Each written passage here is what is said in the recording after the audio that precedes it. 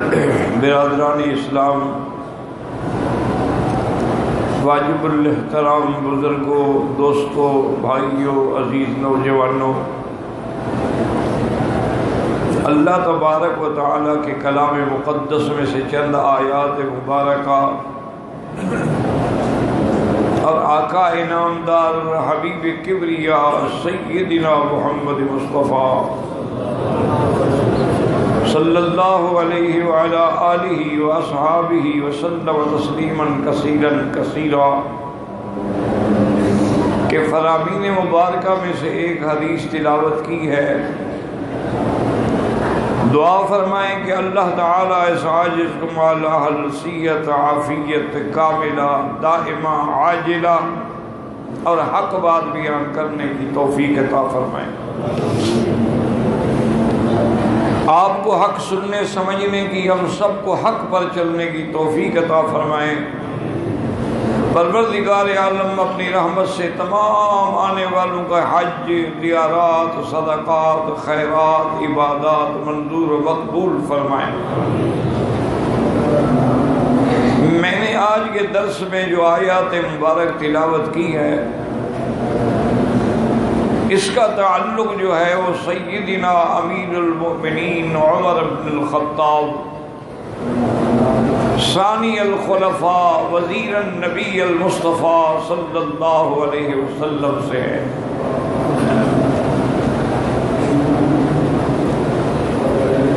حتیٰ کہ علماء نے لکھا ہے کہ حضور صلی اللہ علیہ وسلم کعبۃ اللہ میں بیٹھ کے دعا کرتے تھے اللہ سے، اللہم اعز الاسلام باحد العمرین، عمر بن الہشام و عمر بن الخطاب۔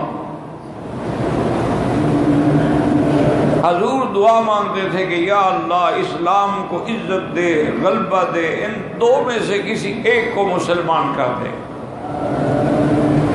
عمر بن ہشام یہ ابو جہل کا نام تھا،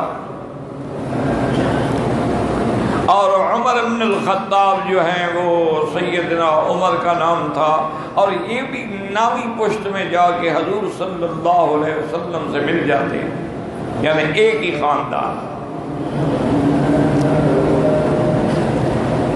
ایک دن دار الندوہ میں جو مشرکین مکہ کے اجلاس کرنے کی جگہ تھی، جہاں وہ جمع ہوتے تھے اور مشورے کرتے تھے اور تجاویز ایک دوسرے کو دیتے تھے، ابی جہل لعنہ اللہ نے بڑی سخت تقریر کی، اور اس میں اس نے کہا کہ بھئی اب ہمیں فیصلہ کن جنگ لڑنی چاہیے حضرت محمد مصطفیٰ سے صلی اللہ علیہ وسلم کے۔ روز بروز ان کی تعداد جو ہے وہ بڑھتی جا رہی۔ اگر یہی عالم رہا تو ایک دن اسلام کی قوت جو ہے وہ غالب آ جائے گی۔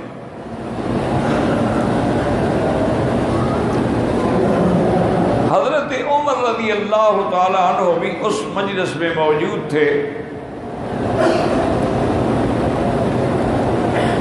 کھڑے ہوئے اور اس کے بعد لات و عزا کی قسم کھائی۔ وہ تو ان کو الہ سمجھتے تھے نا،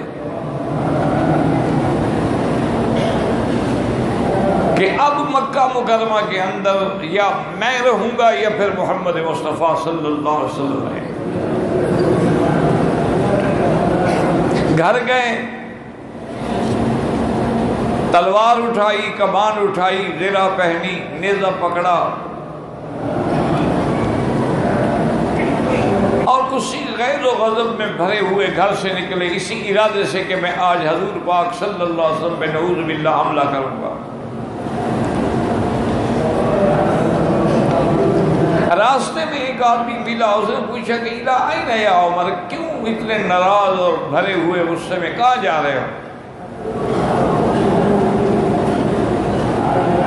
تو آپ نے فرمایا اقتل محمد صلی اللہ علیہ وسلم، کہ میں حضور کو قتل کروں۔ اس نے کہا عمر تم حضور پاک کو کیا قتل کرو گے؟ تمہارے تو اپنے گھر میں تمہاری بہن بھی مسلمان ہو چکی ہے، اس کو تو تم روک نہیں سکے، اب حضور سے قتل کرنے کے معاملے میں جا رہے ہیں۔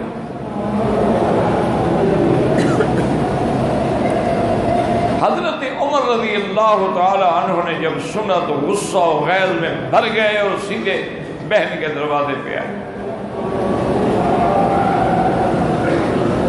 آپ کی بہن اور بہنوئی گھر میں بیٹھے ہوئے قرآن تلاوت کر رہے۔ حضرت سعید لے آتے تھے قرآن پاک کی آیات مبارکہ اور گھر والوں کو پڑھاتے تھے۔ حضرت عمر نے بڑے جوش کے دروازہ کھٹکھٹایا، انہوں نے جلدی جلدی وہ قرآن پاک جس کاغذ مبارک پہ لکھا تھا اس کو چھپا دیا اور دروازہ کھولا۔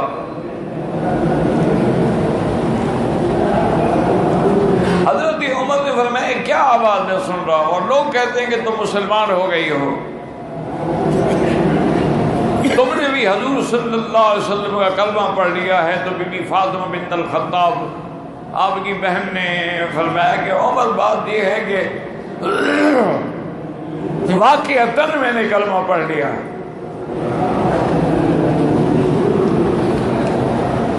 حضرت عمر رضی اللہ تعالیٰ غصے میں آئے اور اتنا زور سے بہن کو بھی مارا، بہنوئی کو بھی مارا۔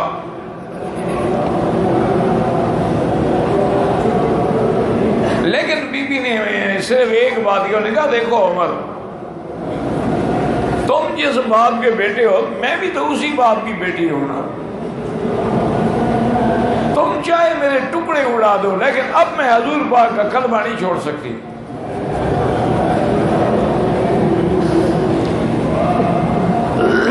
حضرت عمر کو احساس ہوا کبھی آخر کیا بات ہے ایسی، میری بہن ہے، میرا کہنا بھی نہیں مانتی، اتنا شدت سے میں نے مارا ہے پھر بھی پرواہ نہیں کر رہی۔ تو انہوں نے کہا کہ اچھا ایسا کرو کہ مجھے وہ قرآن پاک کے اوراق جو ہیں دو، میں دیکھنا چاہتا ہوں، پڑھنا چاہتا ہوں کہ قرآن میں کیا ہے۔ بی بی نے کہا کہ دیکھیں عمر، یہ اللہ کا قرآن جو ہے یہ ایک پاکیزہ چیز ہے، مقدس چیز ہے، مطہر چیز ہے، اس کو تو بغیر پاک ہونے کے کوئی ہاتھ ہی نہیں لگا سکتا۔ لا یمسہ الا المطہرون۔ اور اللہ نے اس کو ایسے مقام پہ رکھا ہے کہ فی صحف مکرمۃ مرفوعہ بِأَيْدِي سَفَرَةٍ كِرَامٍ بَرَرَةٍ۔ حضرت عمر رضی اللہ تعالیٰ نے بعض روایات میں ہے کہ غسل کیا، بعض میں ہے کہ جیسے وضو کیا جو کیا، اس کے بعد اب وہ اپنے اوراق مبارک کو لے کے، پڑھے لکھے تھے نا حضرت عمر، تو لکھنا پڑھنے جو چند لوگ تھے مکے میں لکھنے پڑھنے والے، ان میں ایک حضرت عمر بھی تھے، حضرت علی تھے، حضرت عمر تھے، حضرت معاویہ تھے،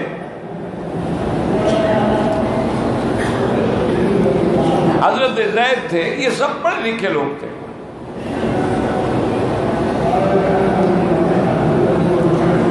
جب حضرت عمر رضی اللہ تعالی عنہ نے سورۃ طٰہٰ کی یہ چند آیات مبارک کی تلاوت کی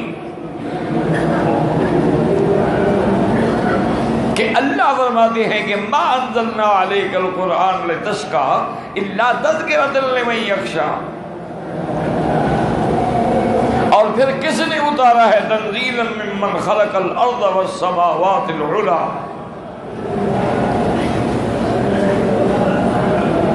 عرب تھے، عربی زبان جانتے تھے، عربی کلام جانتے تھے، قرآن پاک کی فصاحت اور بلاغت کی ایسی تاثیر ہوئی کہ حضرت عمر کانپنے لگ گئے اور کہا کہ مجھے یہ بتاؤ کہ این محمد، حضور اس وقت کہاں ہوں؟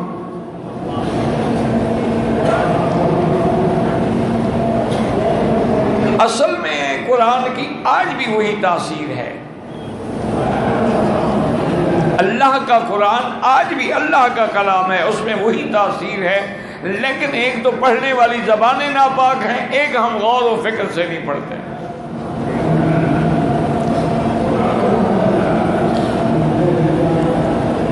اگر آج بھی آدمی گناہوں سے بچ کر عقل حلال اور صدق کے مقال پہ عمل کرتے ہوئے قرآن پاک کو علیحدہ تنہائی میں بیٹھ کے غور کر کے پڑھے تو آج بھی قرآن کی وہی تاثیر موجود ہے۔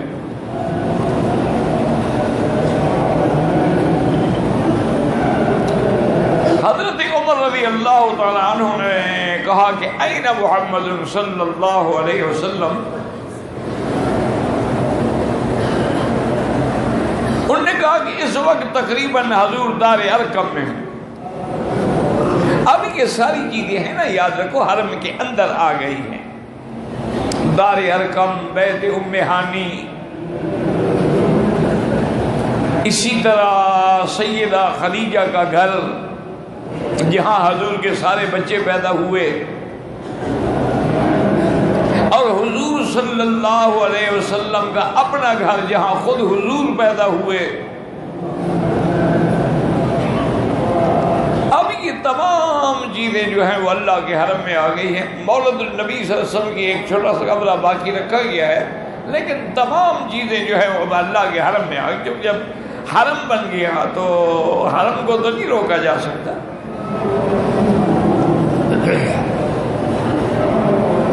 ہر دور میں توسیع ہوتی رہی، لیکن اس میں کوئی شک نہیں ہے کہ آل سعود کی اس حکومت نے حرمین کی خدمت کی ایک عالمی مثال پیدا کی ہے جس کا دنیا میں کوئی مقابلہ نہیں کر سکتا۔ ایک ہے بغض، اناد، وہ اس کا تو کوئی علاج نہیں کہ میں نہ مانوں، اس کا تو کوئی علاج نہیں۔ ورنہ آپ یقین کریں کہ یہ 5 دن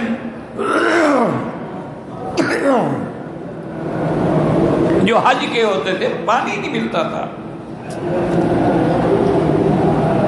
مینا، عرفات، مزدلفہ جیسے اہم مقام پر بھی تیمم کر کے نمازیں پڑھی جاتی،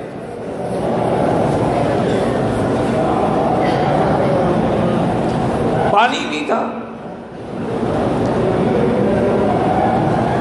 صرف عین زبیدہ کا پانی آتا تھا، وہ بھی ایسے تھا جیسے ہمارے یہاں 6 انچ کا ایک پائپ ہوتا ہے۔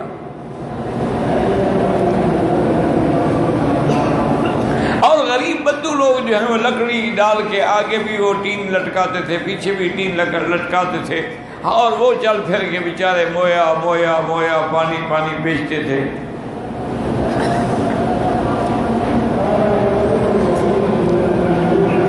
یہ تو آپ تصور آپ نہیں کر سکتے ہیں نا کہ جو انہوں نے خدمت کی ہے اور اس کا بدلہ، یہ یاد رکھیں، آپ کو معلوم ہونا چاہیے کہ حاجی سے حکومت سعودیہ 1 ریال بھی نہیں لیتی،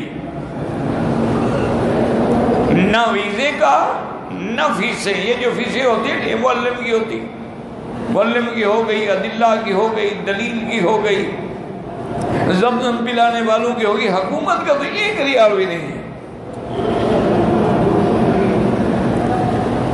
وہ تو ہر سال ایک حاجی پر 1000 ریال خرچ کرتی ہے کہ ہر سال نئی سڑکیں بنتی ہیں، پہلی کافی نہیں ہوتی، ہر سال نئے خیمے لگتے ہیں، جگہ پوری نہیں ہوتی۔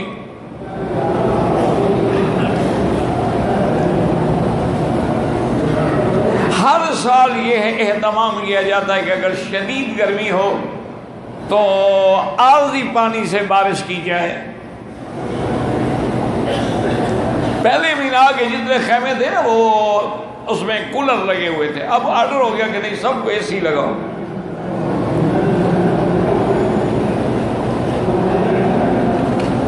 یہاں سے مکہ مکرمہ سے مدینہ منورہ جانے کے لیے پہلا دور تو خیر بہت ہی پرانا ہے نا، جو ہم نے دیکھا ہے 24 گھنٹے لگتے تھے، اور بڑے لوڈڈ ٹرک جو ہوتے تھے جس میں چینی یا چاول لوڈ ہوتا تھا، ان کے اوپر بیٹھ کے ہم جاتے تھے کہ دھکا کب لگے گا۔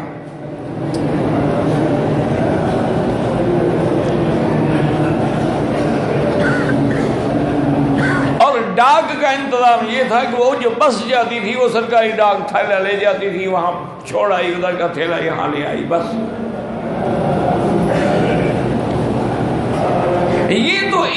الحمدللہ ثم الحمدللہ، سڑکوں کا بھی جال بچھا دیا، اور اتنی آرام دہ سڑکیں انہوں نے بنائی ہیں کہ اب جو ایکسیڈنٹ ہوتے ہیں نا وہ اس وجہ سے ہوتے ہیں کہ گاڑی اتنی سبک رفتار سے چل رہی ہوتی ہے، ڈرائیور سو جاتے ہیں۔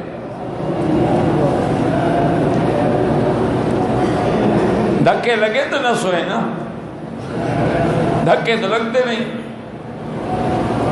کچھ ان کو روٹی کمانے کی لالچ ہوتی ہے کہ سونا ہی نہیں، بس چل سو چل، انسان ہے آخر نیند تو آئے گی۔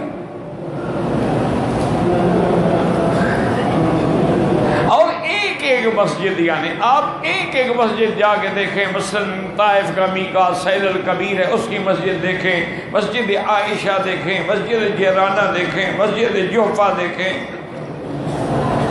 مدینہ منورہ کی 7 مساجد دیکھیں، مسجد قباء دیکھیں،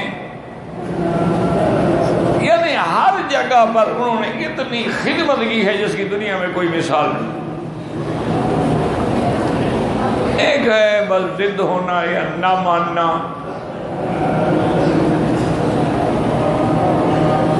اب بھی ایسے لوگ موجود ہیں کہ جو لاکھوں خرچ کر کے آتے ہیں، ہوٹل میں بیٹھے رہتے ہیں، نماز نہیں پڑھتے، جی وہاں بھی ہیں، نماز نہیں ہوتی۔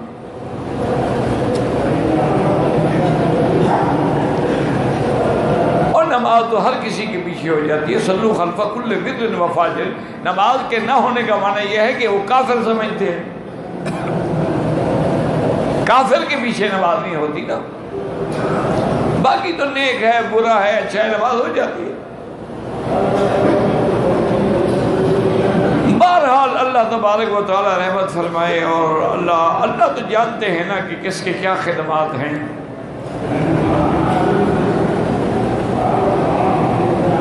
یہ محلہ مسفر اشار ابراہیم الخلیل پہ آپ جاتے ہیں نا،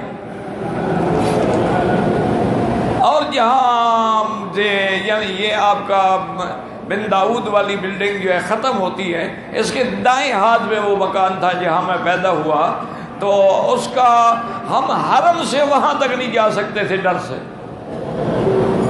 بیٹھ رہتے تھے، والد صاحب وظیفے سے فارغ ہوں گے تو پھر ہم ان کے ساتھ جائیں گے۔ پورے مکے میں اندھیرا ہوتا تھا، گیس لٹکے ہوئے تھے بلدیہ کے، صرف حرم میں بجلی ہوتی تھی، ماں سوا حرم کے کسی جگہ بجلی نہیں تھی، اندھیرا ہی اندھیرا ہوتا۔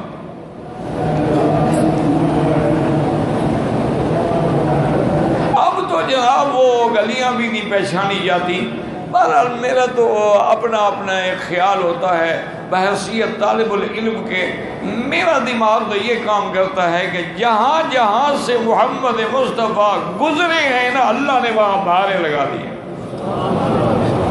میرا اپنا ایمان ہے، اپنا عقیدہ ہے۔ اب شارع الہجرہ دیکھیں کہ جب ہجرت کی رات حضور گئے ہیں، اب اس جگہ کو دیکھیں، حضور پاک جب غار حرا پہ جاتے تھے تو حرم سے لے کر بی بی خدیجہ کے گھر سے لے کر جبل نور تک نہ کوئی روشنی، نہ کوئی آبادی، کچھ نہیں۔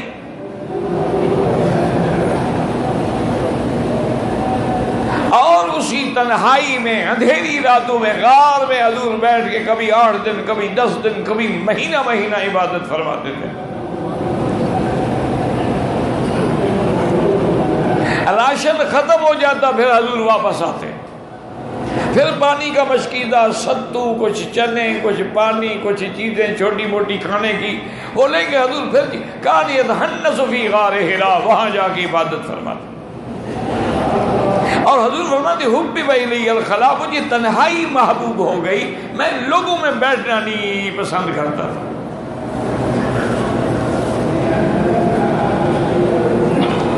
اب تو جناب جبل نور تک آپ دیکھیں اور لائٹنگ ہی لائٹنگ ہے، اور مارکیٹیں ہی مارکیٹیں ہیں، اور روشنی ہی روشنی ہے۔ تو اسی لیے بہرحال میں یہی سمجھتا ہوں کہ جہاں سے حضور گزرے ہیں نا، جہاں نظر نہیں پڑی وہاں ہے رات آج تک، اور وہی سحر ہوئی جہاں جہاں گزر گیا۔ صلی اللہ علیہ وسلم ادھر وشی پڑھ لیا کرو. میں یقین کریں جتنا میں بیمار ہوں، مجھے تکلیف ہے، مجھے پتہ ہے، اس کے باوجود بھی الحمدللہ میں نے کہا بھی حجاج کا حق ہے، کوشش تو کروں، باقی اللہ کی مرضی. اور آپ لوگوں سے بیٹھے ہوئے ماشاءاللہ ایئر کنڈیشن حالت میں بیٹھ کے بھی آپ درویش شریف نہیں پڑھ سکتے. اب اس کا کوئی علاج ہے حاجی کے پاس؟ حاجیوں کو ہو جائے، خدا ہی سمجھے، بندہ نہیں سمجھا. تو حضور جہاں جائے، آپ غار ہیرا پہ گئے، آج وہ دیکھیں قدم انچ روشن ہو گیا ہے. اگر آپ غار سور میں تشریف لے گئے تو وہاں تک آپ جا کے دیکھیں ماشاءاللہ ایک ایک انچ پہ روشنی ہی روشنی ہے. مینا گئے، مینا شہر بن گیا. مزدلفہ گیا، مزدلفہ مینا سے مل گیا. آگے عرفات جاتے ہیں تو عرفات بھی اب مزدلفہ اور عرفات کہیں گے. یہ تو سڑکیں انہوں نے خود لمبی بنائی ہیں کہ سفر زیادہ کرنا پڑے کہ گاڑیوں کا رش نہ ہو جائے. ورنہ آپ اگر پیدل جائیں تو گھنٹے ڈیڑھ گھنٹے میں آدمی عرفات سے مزدلفہ آ جاتا ہے. جو درمیان میں، اچھا پھر انہوں نے وہ پیدل والی سڑک جو ہے اس پر بھی مکے سے لے کر آخر تک چھت ڈالی ہوئی ہے کہ حاجی کو دھوپ بھی نہ لگے. اور ہر جگہ حمام ہیں، ہر جگہ ہوٹل ہیں، ہر جگہ پانی ہے، ہر جگہ کولر ہیں. اب حاجی خود لڑ پڑے اور مرنا چاہے تو کوئی روک سکتا ہے؟ بتا، یہ روٹی پر بھی لڑ پڑتے ہیں، اس کا کیا علاج ہے؟ حالانکہ اتنا روٹی ہوتی ہے کہ حاجیوں کے کھانے کے باوجود بچی ہوئی ہوتی. بعض تو ماشاءاللہ گٹھڑیاں باندھ کے لے آتے ہیں کہ شاید گھر لے جائیں گے.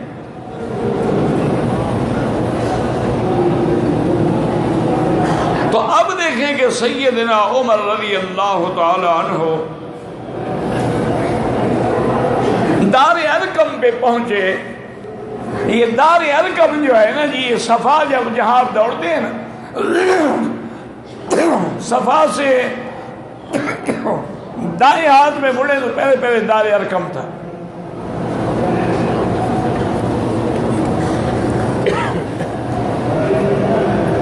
میں نے چائے پی لی، میں درود نہیں پڑھا. ٹھیک ہے جی، پھر قیامت میں پتہ لگے گا کہ کہو اور حاجی درود نہ پڑھے.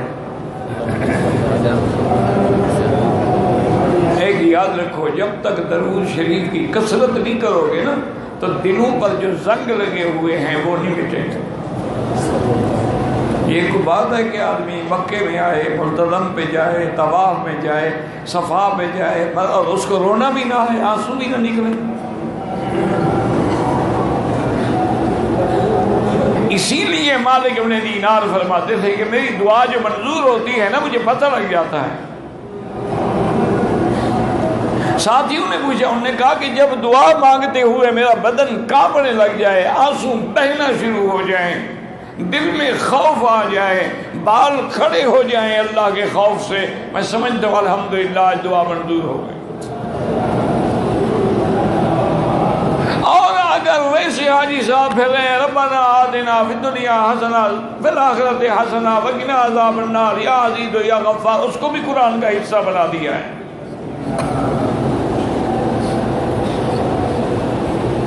کہ جب بھی ربنا آتنا پڑھیں گے آگے پڑھیں گے یا عزیز یا غفار. لا حول ولا قوت الا باللہ، تو ناجائز ہے، تم اس کو قرآن کے ساتھ ملا رہے ہو.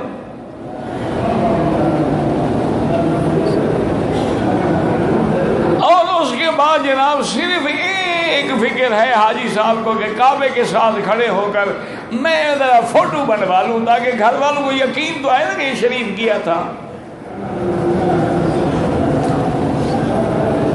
انا للہ و انا الیہ راجعون. سارے مینا میں، سارے عرفات میں، ساری مزدلفہ میں ایمان سے کہیں لبیک کا کوئی شور سنا آپ نے؟ روٹین ہے، سارے تھکے ہوئے تھے، بس جلدی چلو، بس کتکریاں ماریں، سر مڈائیں، جان چھڑوائیں۔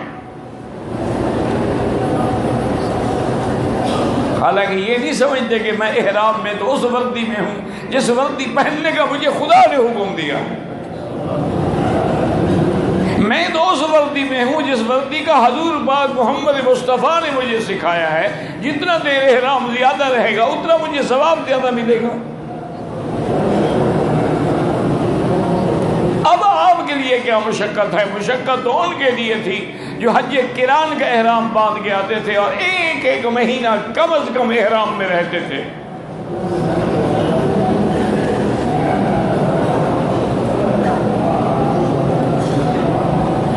سیدنا عمر رضی اللہ تعالی عنہ جب دار ارقم پہ آئے، دروازے پہ آپ نے آواز دی تو ایک صحابی نے دروازے کی طرز سے دیکھا اور اس نے جا کے حضور کو عرض کیا کہ یا رسول اللہ صلی اللہ علیہ وسلم، عمر دروازے پہ کھڑا ہے لیکن مجھے اس کی جو ظاہری شکل ہے اچھی نہیں لگتی کہ وہ تو تلوار ہاتھ میں ہے، اسلام اس نے کمان پکڑا ہوا ہے، زرہ پہنی ہوئی ہے، وہ تو لڑنے آیا ہے۔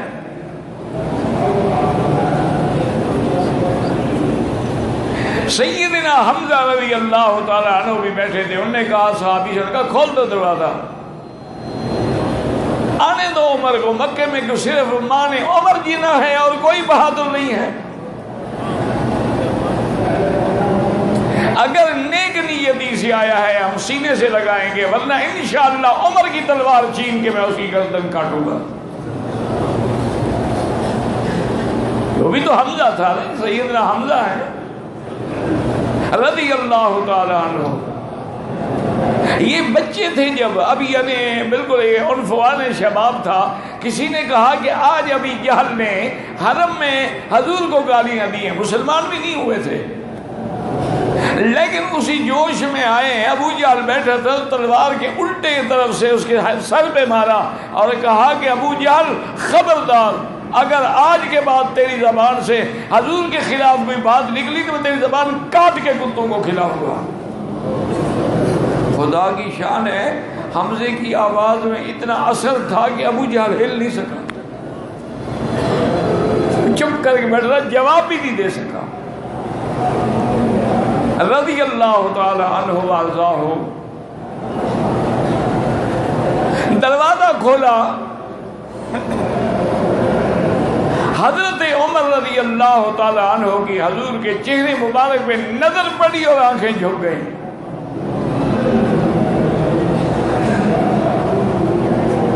اور قریب آ کے کہتے ابسط یدک یا رسول اللہ،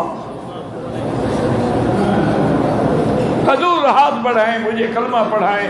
صحابہ نے اللہ اکبر کا نعرہ لگایا، جبریل اترے، انہوں نے کہا محمد مصطفیٰ آج عمر کی اسلام پہ آسمانوں پہ فرشتے خوشیاں منا رہے ہیں۔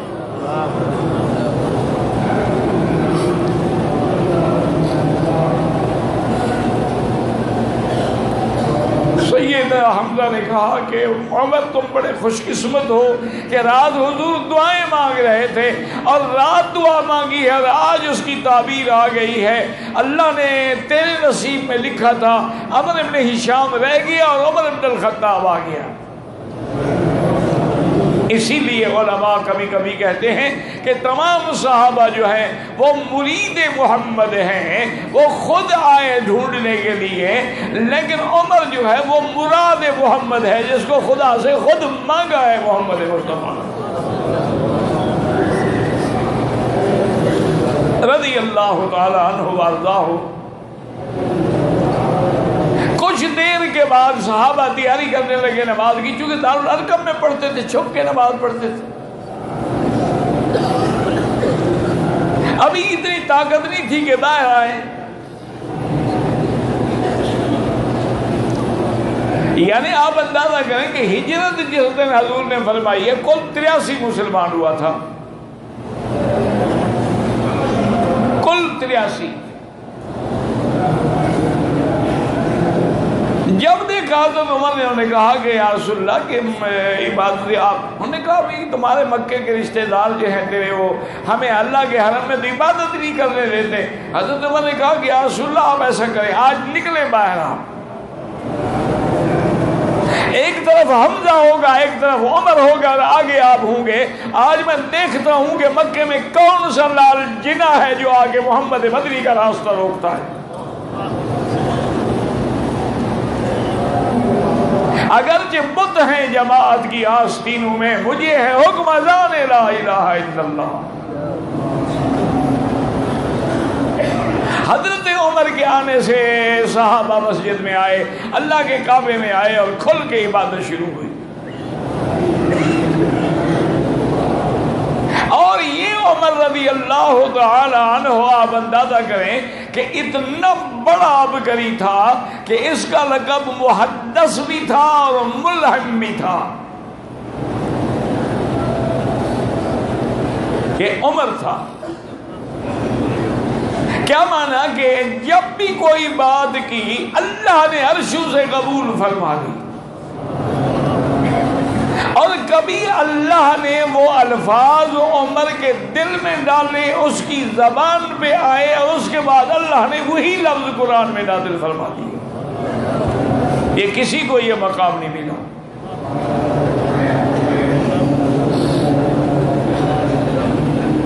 یعنی حضرت امیر المومنین عمر بن الخطاب رضی اللہ تعالی عنہ،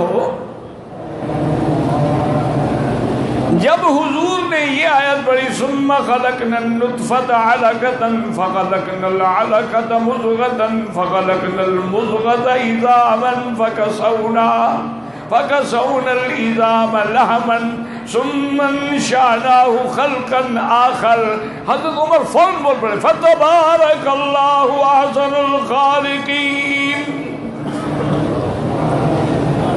یہ الفاظ عمر کی زبان سے نکلے، اللہ نے قرآن کا حصہ بنا دیا کہ قیامت تک، یعنی عمر رضی اللہ تعالی، جب بھی قرآن پڑھا جائے گا تو یہ آیت بھی تو پڑھی جائے گی۔ حضور صلی اللہ علیہ وسلم ہمیشہ ہر کام میں مشورہ فرماتے تھے۔ اس لیے ایک روایت میں ہے کہ آپ نے فرمایا وزیران فی الارض ابی بکر و عمر و وزیرایا فی السماء جبرائیل و میکائیل، میرے 4 وزیر ہیں، آسمانوں میں جبریل و میکائیل ہے، اور زمین میں ابو بکر و عمر ہے۔ اور جس مسئلے پر ابو بکر اور عمر متفق ہو جاتے، بس پھر حضور کسی اور سے نہیں پوچھتے تھے۔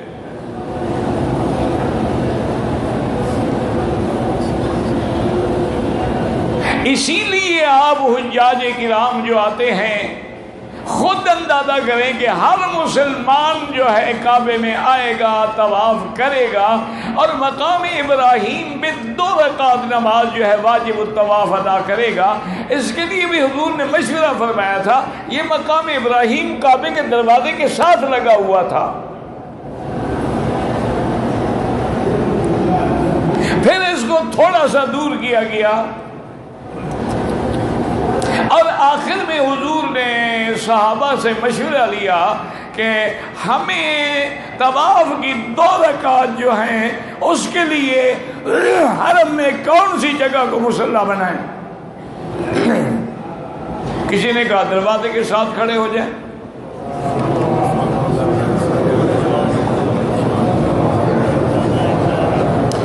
لیکن جب حضور نے حضرت عمر سے پوچھا تو حضرت عمر نے عرض کیا کہ یا رسول اللہ، یہ بناء خلیل ہے، اور یہ وہ پتھر ہے جس پہ سیدنا ابراہیم نے کھڑے ہو کے کعبے کی تعمیر کی ہے، اور اللہ نے اس پتھر کی علامت کے لیے، ورنہ پتھر پہ تو کبھی پاؤں کا نشان نہیں پڑتا نا۔ دیکھو نا یہاں پتھر لگا ہوا ہے، تم ساری رات کھڑے رہو، نشان پڑ جائے گا۔ اور اتنا بڑا پورا نشان کے پاؤں کھب جائے اس کے اندر۔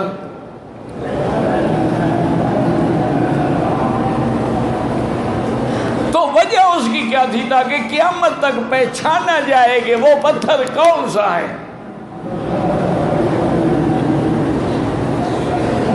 تو حضرت عمر نے عرض کیا کہ یا رسول اللہ افلا نتخذہ مصلا، کیا ہم مقام ابراہیم کے پیچھے کھڑے ہو کے 2 رکعت نہ پڑھیں؟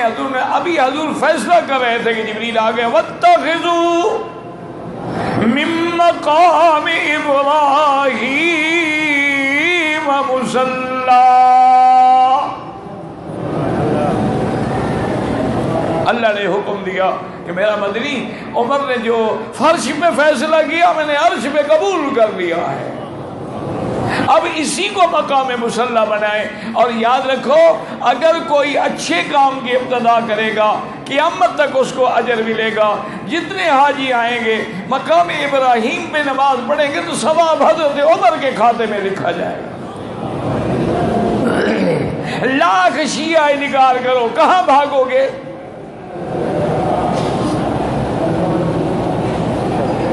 مقام ابراہیم پہ بھاگو گے؟ وہاں تو لڑتے ہیں باقاعدہ، آگے پیچھے آدمی کھڑے کر کے 2 رکعت پڑھتے ہو، یہ عمر والا موضوع مقام ابراہیم تو ہے۔ مدینہ منورہ جاؤ گے حضور پہ سلام پڑھو گے تو ابو بکر عمر پہ کیسے نہ پڑھو، لیکن آنکھیں بند کر کے کتنی دیر تک اپنے آپ کو پاگل بناؤ گے کہ ساتھ کون سویا ہوا ہے؟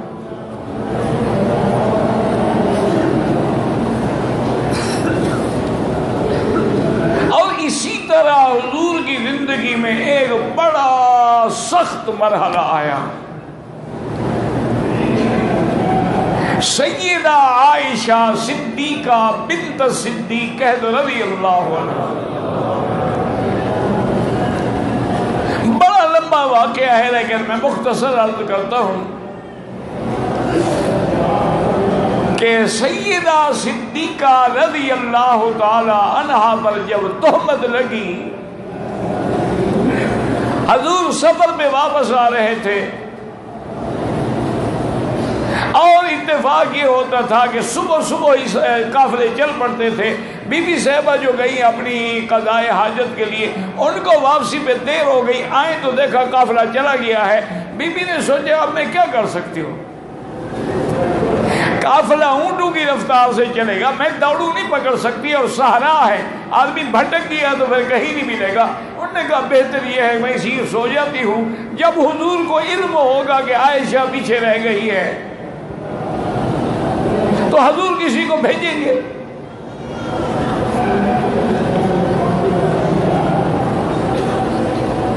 بی بی فرماتی ہیں کہ میں کپڑا لے کے سو گئی، ٹھنڈا وقت تھا، مجھے بھی فوراً نیند آ گئی۔ تھوڑی دیر کے بعد میں نے آدمی کی آواز سنی، صفوان ابن معطل السلمی صحابی تھے۔ حضور نے ان کو حکم دیا تھا کہ تم قافلے کے پیچھے چلا کرو، جب قافلہ چلا جائے 2-4 گھنٹے کے بعد پہنچو، دیکھو کوئی چیز بھول تو نہیں گیا آدمی۔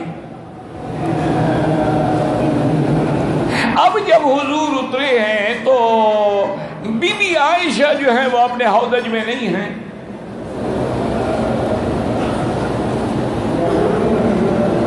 اب اسی سے سمجھ لیا کرو کہ حضور اگر عالم الغیب ہیں تو اپنی زوجہ مطہرہ کو چھوڑ کے کیسے چلے گئے؟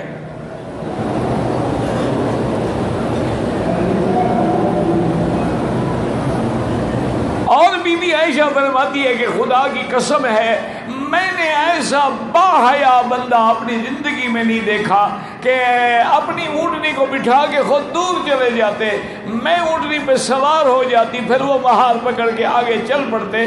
کہتی ہے واللہ ہے خدا کی قسم اس شخص نے منہ پھیر کے بھی مجھے نہیں دیکھا۔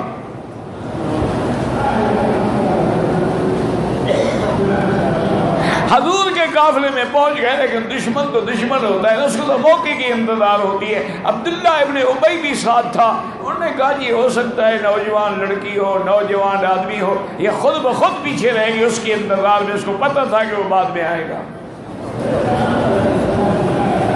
اور سیدہ عائشہ بن نعوذ باللہ تہمت لگ گئی۔ بڑا لمبا قصہ واقعہ ہے، حتیٰ کہ ایک دفعہ بی بی عائشہ جو ہے امہ مستہ کے ساتھ، چونکہ اس وقت حمام تو نہیں ہوتے تھے گھروں میں، نہ یہ فرش کا رواج تھا، عورتیں جنگل میں دور نکل جاتی تھی پہاڑوں میں۔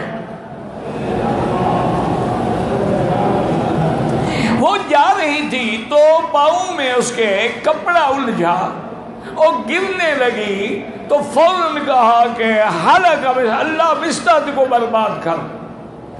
بی بی عائشہ کھڑی ہو گئی. انہوں نے کہا میں مستہ کیا کہہ رہی ہو؟ تمہارا بیٹا ہے, اس کو بد دعا کر رہی ہو. اس نے کہا تمہیں پتہ نہیں ہے تمہاری تہمت لگانے میں میرا بیٹا بھی شریک ہے. بی بی عائشہ کہتی ہے میں نے پوچھا کیا تہمت؟ بی بی عائشہ کہتی ہے مجھے تو واللہ پتہ ہی نہیں تھا کہ میرے بارے میں کیا ہو رہا ہے مدینے میں. اس نے مجھے سارا قصہ سنایا. بی بی فرماتی ہے مجھے تو سارے خیالات ہی ختم ہو گئے, شدید بخار آ گیا. میں واپس آ کے اپنے گھر میں لیٹ گئی اور اب میں نے چونکہ جب غور کیا تو دیکھا بھی ہاں حضور کی بھی وہی نظر نہیں رہی, محبت نہیں رہی, التفات نہیں رہا. اور آخر میں مجبور ہو کے میں نے کہا یا رسول اللہ جب آپ گھر میں میرے ساتھ بات نہیں کرتے مجھے اجازت دے میں ماں باپ کے گھر چلی جاؤں. اور میں چلی جاؤں.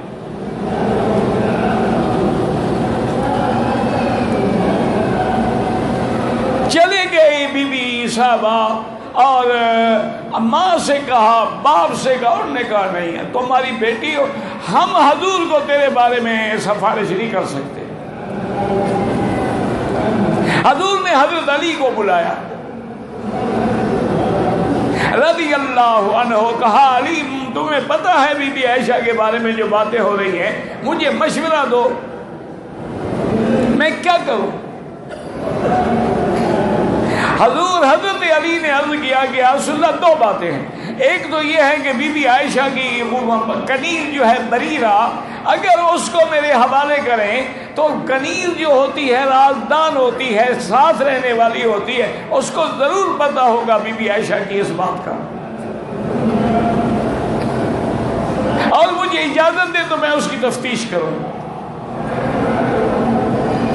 اور دوسری بات یہ ہے کہ آپ محمد صلی اللہ علیہ وسلم آپ کیوں فکر کرتے ہیں؟ دنیا میں صرف ایک عورت ہے عائشہ, آپ کے لیے تو لاکھوں عائشہ جیسی لڑکیاں قربان ہونے کے لیے تیار ہیں.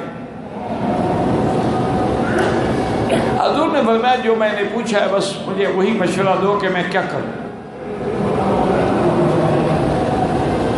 تو حضرت علی نے بی بی بریرہ کو بلایا اور کہا بریرہ سیدھی سیدھی بات کرو عائشہ کے بارے میں تم کیا جانتی ہو, اور اگر تم نے سیدھی بات نہ کی تو میں تمہیں اتنا ماروں گا کہ تیری جان نکل جائے گی کوڑے کھا کھا کے. یہ اصل میں بی بی عائشہ کے دل میں بال پڑ گیا کہ حضرت علی کو ایسی بات نہیں کہنی چاہیے تھی. حضور کو کہتے ہیں کہ طلاق دے دو.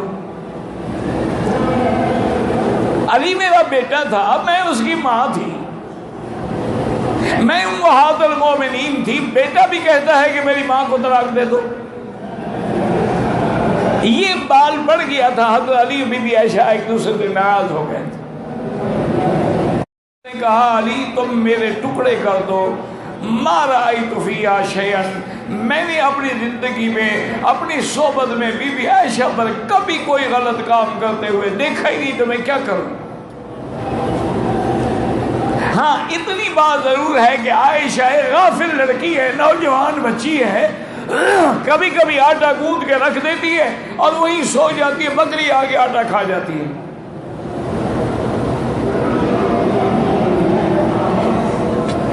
حضرت علی رضی اللہ تعالی عنہ نے تسلی کی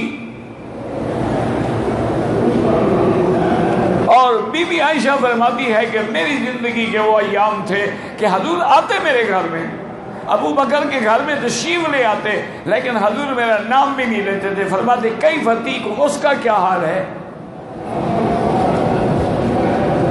کہتے میرے تو جگر پہ چھریاں چل رہی تھی کہ آج میرا نام بھی نہیں لیتے حضور.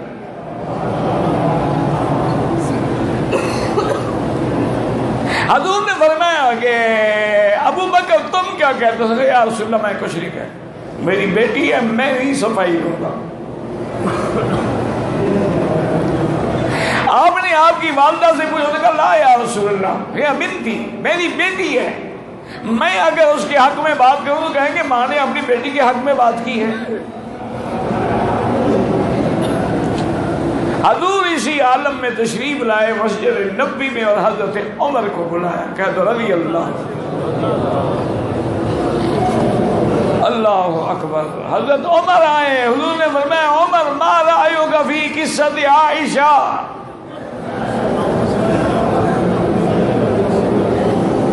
تم عائشہ کے بارے میں کیا کہتے ہو؟ حضرت عمر نے کہا کہ یا رسول اللہ, پہلی بات تو یہ ہے کہ عمر کی کیا طاقت ہے کہ حضور کے گھر کے بارے میں بات کریں. یا رسول اللہ, حرم نبوی کے بارے میں بات کروں, میری کیا طاقت؟ حضور نے فرمایا عمر میں تمہیں حکم دیتا ہوں,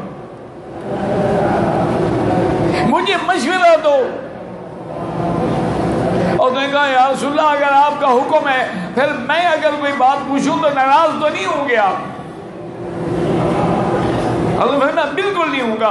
پوچھا ایک ہی بات مجھے بتا دیں, بی بی عائشہ سے شادی آپ نے کی ہے یا ان اللہ زوجہا, یا اللہ نے آپ کی شادی کرائی ہے؟ حضور نے فرمایا اللہ نے شادی کرائی ہے.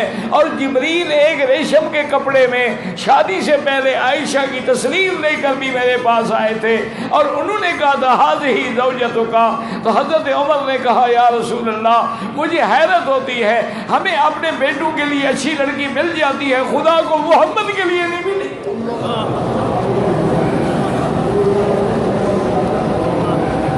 حضور کا چہرہ کھل اٹھا.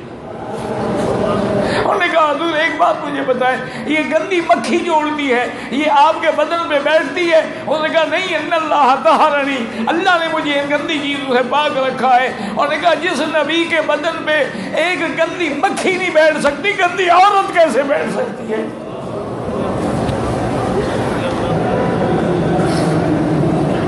اور یہ لفظ بھی عمر نے کہا کہ ھذا بہتان عظیم.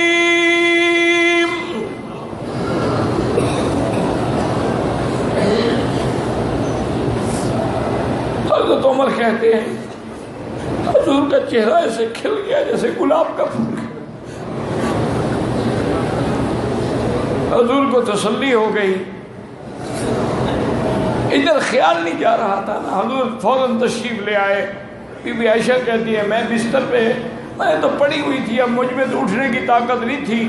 میری اماں بھی بیٹھی تھی اور میرے باپ بھی بیٹھے تھے. حضور نے مجھے مخاطب ہو کے فرمایا کہ عائشہ اگر تم سے غلطی ہو گئی ہے تو توبہ کرو.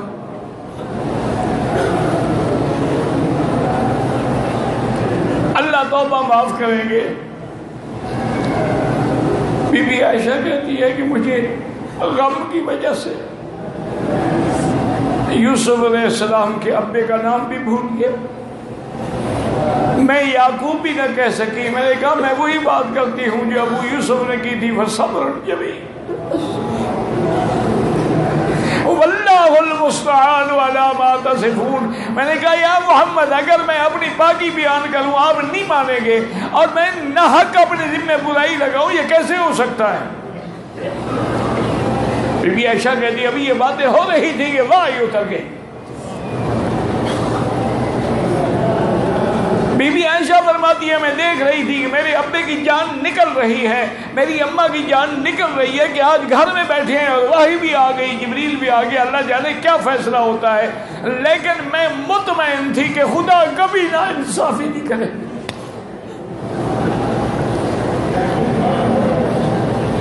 رضی اللہ عنہ کہتی ہیں حضور پر وحی آتی رہی. جب وحی آنا ختم ہوا حضور نے سر اٹھایا اور فرمایا ابشری عائشہ. آپ نے فرمایا عائشہ مبارک ہو, اللہ نے عرش سے تیری صفائی بیان کی ہے. یوسف کی گواہی لڑکا دیتا ہے, موسیٰ کی گواہی لڑکا دیتا ہے, عائشہ کی گواہی خدا دیتا ہے کہ لولا اذ سمعتموہ, جب تم لوگوں نے سنا تھا تو کیوں نہیں کہا کہ یہ جھوٹ ہے؟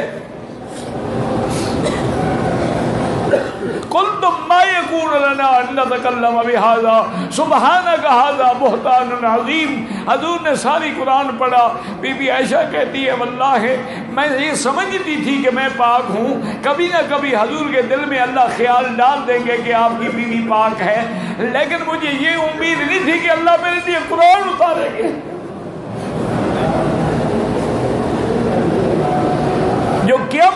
پڑھا جائے گا۔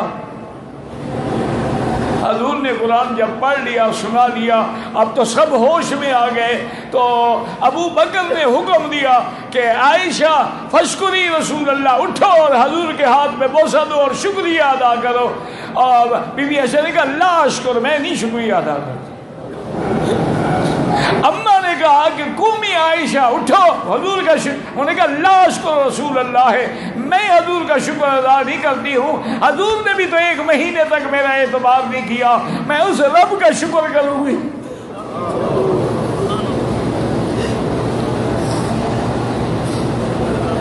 لیکن یاد رکھنا میرے بھائیوں اور میری بیٹیوں، یہ بات عائشہ کہہ سکتی ہے، عائشہ، ورنہ حضور کو کوئی کہے کہ میں تیرا شکریہ ادا نہیں کرتا، وہ تو کافر ہو جائے گا۔ یہ عائشہ کا مقام ہے، میاں بیوی کا مقام ہوتا ہے۔ بیویوں کے بھی پھر ناز اور نخرے اللہ دیتا ہے جب پاک ہو جائے اور گواہی عرشوں سے آ جائے۔ اللہ اکبر، اللہ اکبر۔ اور بی بی عائشہ نے کہا کہ لا اشکرو، میں شکریہ ادا نہیں کرتی، میں اللہ کا شکر ادا کروں گی۔ اور اللہ نے ساتھ یہ بھی حکم دے دیا کہ جس نے بی بی عائشہ پہ تہمت لگائی ہے ان سے کہیں گواہ لے آئیں، ورنہ 80 کوڑا مارے ان کی گردن پہ۔